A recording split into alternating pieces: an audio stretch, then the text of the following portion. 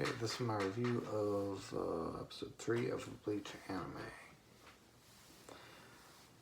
Now, this things are a bit different. Originally, my plan was to review 2 manga chapters and then review an episode of an anime, but this episode had like 3 chapters worth of shit adapted into it, so that's plan isn't really going to be able to work out. I guess I'll just have to ensure that whatever episode of anime I'm on, I am at least caught up to it with manga chapters.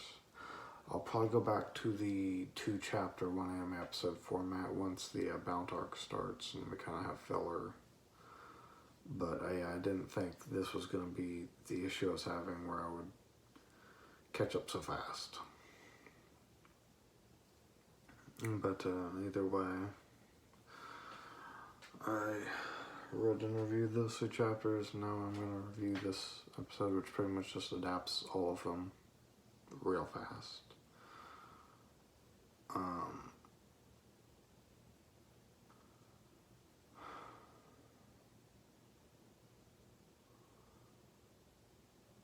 It's interesting because in the last episode, just to break away for a second, I feel like they took some stuff out from the manga, which increased the pacing. It's so weird to think that an anime would want to increase the pacing over the manga when always a weekly anime is going to have this issue of catching up to the manga and needing to have more breathing room and stuff. It's just odd. But we open up right score where we left off with Ichigo realizing Hollow is Orihime's brother. I didn't mention it yet, but I really love the hollow howl that they gave to all the hollows, where they like screech and it's like this drowned out echoey scream. I think it always sounds really great. Rukia is still really foreshadowing with this Grand Fisher thing where they really wanted to push him as being the main antagonist of the series, where it's like there's a hollow that wants your spiritual power, energy, your Ryatsu, and it's just like, what the fuck? It's so different from the manga, it's just jarring as fuck to know that, especially that's what they're pushing for Grand Fisher. Because it just never fucking goes anywhere. It's like the anime even tries to expound upon that. If anything, the Netflix movie really capitalizes on that shit. This just doesn't do anything with it. It's bizarre. That they just wanted him to be the main antagonist of the series. Or expected him to be, or whatever. Oh, we actually see the bear get its face torn as it falls off the little stand it was on. And we get the synth music kind of as a foreboding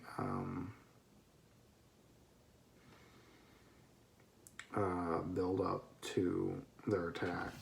We cut away to Ichigo and Rukia and they're talking, and the dialogue here isn't exactly the same of Rukia explaining the Hollows attacking their family and stuff. It's different, but it's fine. It still gets across the same information basically, even though they are changing some shit. But I love the fucking music, like I said. There's a lot more build up and suspense around the attack. There's like all kinds of noises and sounds coming up, building up to when the hand comes out of Orihime and she falls over. They show that Tatsuki can kind of see Sora a bit, like his outline. So I don't know if she ever does develop the ability to see spirits. I guess she can, because I know she sees Aizen later. But that would say that in the anime she was seeing them basically the entire time. And I'm assuming in the manga she didn't see them at all, so I'm assuming she developed that power sometime after this. Sora attacks Tatsuki, Orihime saves her, and then they added a scene where Orihime grabs Tatsuki's arm and she freaks out because she can't tell that it's Orihime, and I really enjoyed that. Her freaking out like that really does convey like the horror of the situation she's in. Obviously, Ichigo arrives to save Orihime, and Ichigo slashes him and across the hand, and then he retreats into Wakamundo, and this whole retreating into Wakamundo thing is just getting kind of ridiculous. That they just zip in and zip out whenever they want in such a way.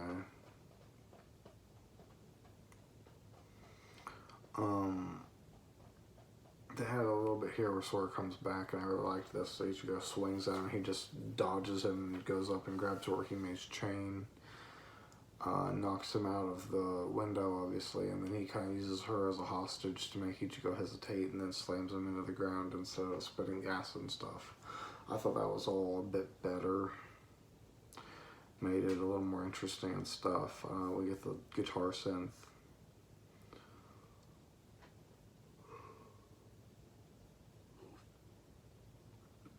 And we once again have like a little bit of a change here where Sora's kind of talking to Orihime about how she stops praying to him and stuff. Or whatever it is, where they're talking and stuff. And he makes it more about her getting into high school, not praying about him, and less so about Ichigo, which I kind of appreciate. He doesn't sound as petty, but at the same time, and I'll get into this later, the reason that he attacks Ichigo is because she talked about him so much. So I can go either way with it, really. But then Ichigo rushes up and stabs him in the tail, which is going against the whole like scales bit, where Ichigo couldn't cut him. He just ignores the scales and just stabs right through him here. And then he just cuts off I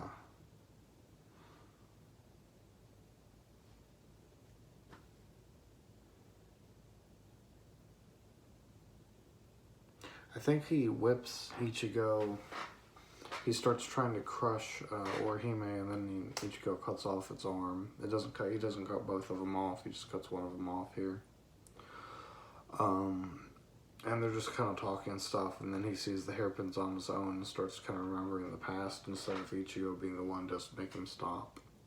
And I like that it's a lot less preachy than Ichigo being like, you know, you're not thinking about Orihime and how she feels, because Ichigo isn't really that character. He's not supposed to be a preachy asshole. He's just a delinquent kid, you know.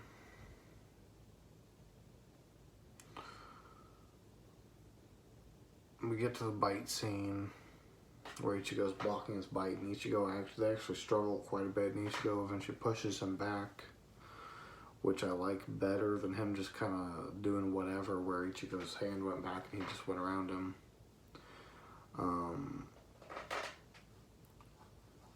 He actually pushes Sora out the window. Fuck. And Ichigo goes chasing after him. They move the acid scene here where he spits the acid on Ichigo's hands and make him drop his sword. And he's actually using that as a way to go and attack Ichigo. He rushes him to bite him, and then Orihime jumps in front to protect Ichigo, which I don't really like as much as what they did in the manga, where he just went and bit her, and her hug made him stop here. It's just he stopped because it was Orihime, which I don't like as much. And Orihime apologizes for begging him not to leave her, which I guess that's... I wrote it's better. I don't know that I agree with that. And the manga, it's just implied that he's been stuck here watching her for so long that it turned him into hollow. And then, but obviously in the anime they have the whole Grand Fisher thing going on. So her begging him not to leave makes it kind of better that he was stuck around and hadn't moved on. We don't know if they can move on without Kanso, but it's kind of implied they can't. But, yeah, her begging him not to leave, I think, makes it more interesting that he didn't leave. And why he was so stuck to her, but at the same time,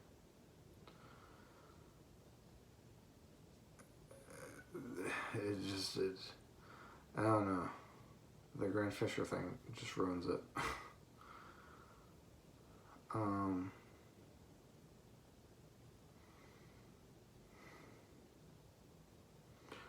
And then he kind of just is freaking out, and she's talking to him and stuff, and he's fighting his hollow urges and stuff.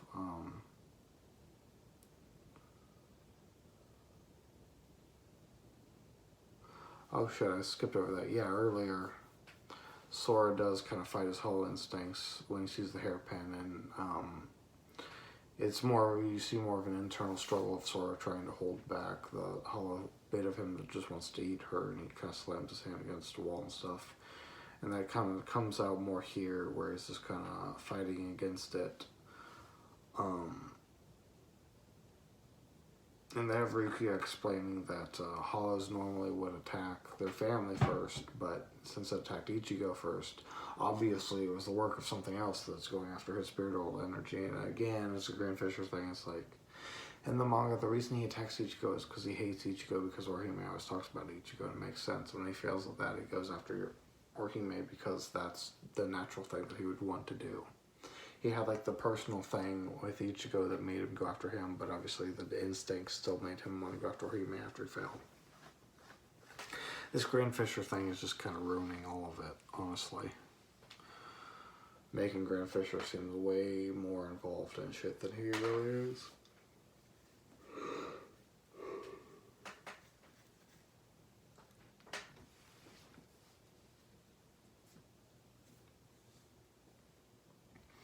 And then he just kind of shatters the mask on his own, which is really stupid. I liked it better that he broke it on the Zanpakuto in the manga. That was a lot better. It doesn't even show how he shatters it on his own. We know it regenerates. It doesn't make sense. Or at least it regenerates in the anime. It didn't in the manga, it didn't need to, but in the anime they showed it regenerate, so it just doesn't make sense. And then them being out of the fucking window on the street, Orihime's chain has gone way too far. I feel like it shouldn't move all that far from where she was, and yet it's all the way out on the street, and that's just kind of ridiculous, I think. And then Ichigo still tells Sora about the hairpin and stuff. He's not as preachy, but he still is a little bit. I don't know why. They moved all kinds of shit all over the place in this episode, but some of it I like and some of it I don't. I don't know how I feel about him just picking up the Zanpakuto and killing himself with it. I feel like Ichigo wielding it specifically gives it the power of a Shinigami. That's why it's big.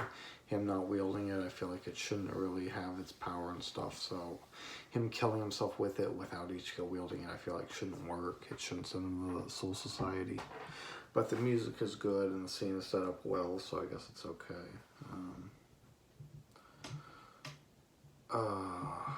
One thing I will say is we see way too much of Hollow Sora, and he just looks fucking stupid. You just have this giant human's head on a fucking snake body with arms. It's just bizarre and looks so stupid. They need to show a lot of those. We see like one shot of Sora, Hollow Sora, without his mask in the manga, and that's all we need to see because he just looks retarded.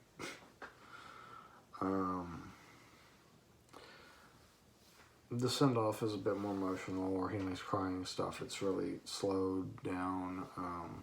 It's not as jarring as in the manga, where immediately Orihime just starts questioning Ichigo what's going on and forgets that her brother died. Here we get a moment to really kind of sit on it. And then we go out to the school, which is basically a goofy scene anyway, so it kind of didn't work. They should have ended on the emotional note, played the credits, and then like had an after credit scene with Orihime and her friends talking about the stuff, and then seeing the memory wipe thing. They changed it to a sumo champion instead of a Yakuza member, at least in the Crunchyroll subtitles.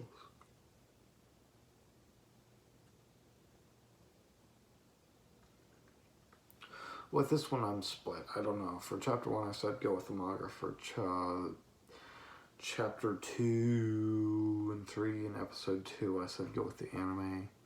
With this one, I'm not even sure. They both have merits and bad things. I would say just, I guess, go with the manga. I don't know.